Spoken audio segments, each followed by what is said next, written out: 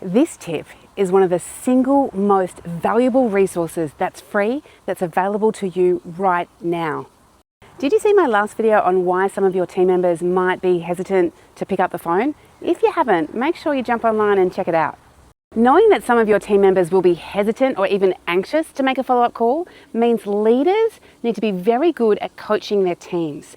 And the best resource that you have that's available to do this, that's free, is role plays. Now, I can almost see the eye rolls and hear the groans, and I know it's fair to say that a lot of people don't love role plays. I mean, you can feel self-conscious or silly when you're doing them. But role plays provide a great opportunity to practice a new skill and grow in confidence. When done well in a safe learning environment, you can really help your team members to be less hesitant and less anxious when making the all-important follow-up call. So here's my top tips on providing a safe, productive learning environment for your role plays. First of all, you need to make sure your team is very clear on the follow-up call process. What is the process? What do you want them to say? What questions do you want them to ask? How do you want them to respond?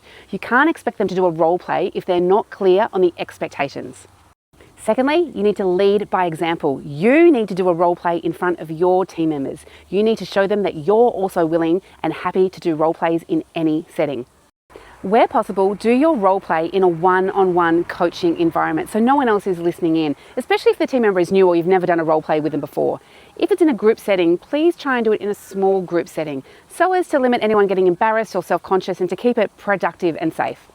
Practice different scenarios and practice again and again. Practice it with a challenging customer. Practice it with a customer that asks lots of questions. Practice it with a customer that's really easy, and then practice some more.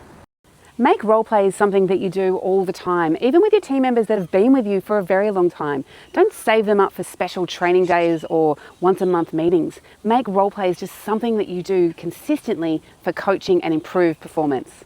Role plays are a free tool and they're a resource that's available to you right now, and I highly recommend using them.